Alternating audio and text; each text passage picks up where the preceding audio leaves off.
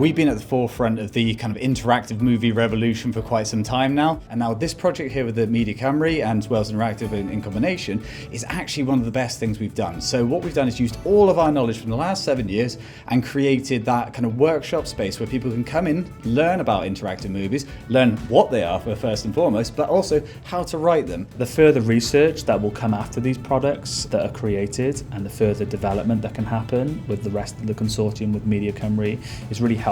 in terms of getting things off the ground and really showcase what Wales can achieve creatively. What I've really enjoyed learning about is how to use branching narratives and the opportunities that you have to use that not just in video games but also in other mediums as well. It's really about exploring those possibilities, and we're still coming up with ideas which may or may not work, but we're pushing the boundaries to see what is capable and hopefully create something new and exciting.